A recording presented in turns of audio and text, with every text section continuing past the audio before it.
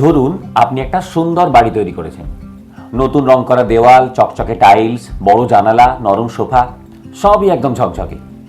তারপর একদিন ধুমধাম করে গৃহপ্রবেশ করলেন। আমাদের সবাইকে নিমন্ত্রণ করলেন। বন্ধু, আত্মীয়, প্রতিবেশী সবাই এলো। আপনার বাড়ির সৌন্দর্যে মুগ্ধ হয়ে সকলেই বাড়ির প্রশংসা করতে লাগলো। তারই মধ্যে একজন ইংরেজি জানা ভদ্রলোক একটু বেশি আবেগমথিত হয়ে বলে উঠলেন, wow, your house is very beautiful. It is not just a house, it is a home and aboard of piece. আপনিও প্রশংসা শুনে বেশ খুশি হলেন, কারণ প্রশংসাটি ইংলিশে করা হয়েছে। এবার প্রশ্ন, তিনি আপনার বাড়িকে একবার বললেন হাউস আর একবার বললেন হোম, এরকমটি কেন? এবার চলুন দেখে নেওয়া যাক হাউস এবং হোমের মধ্যে পার্থক্য কি। হাউস এবং হোম এই দুটি শব্দই বাড়িকে বোঝালেও অর্থ ও ভাবগত দিক থেকে অনেকটাই আলাদা।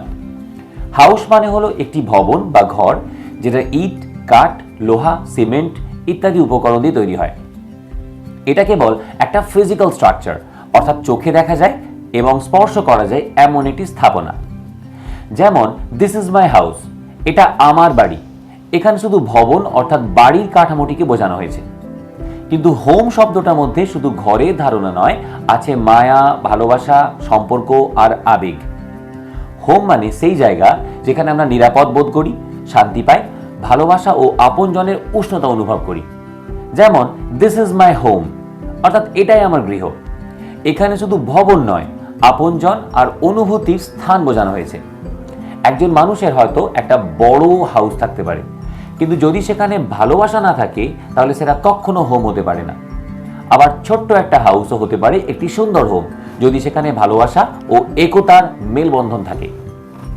তাই সংক্ষেপে বলা যায়, হাউস তৈরি হয় ইট, কাঠ, পাথর, সিমেন্ট ইত্যাদি উপকরণ দিয়ে, কিন্তু হোম তৈরি হয় ভালোবাসা, সম্পর্ক আর অনুভূতি দিয়ে।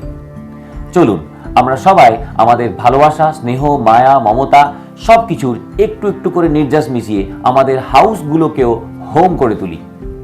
সকলে ভালো থাকবেন, আবার দেখা হবে অন্য কোনো ভিডিওয়।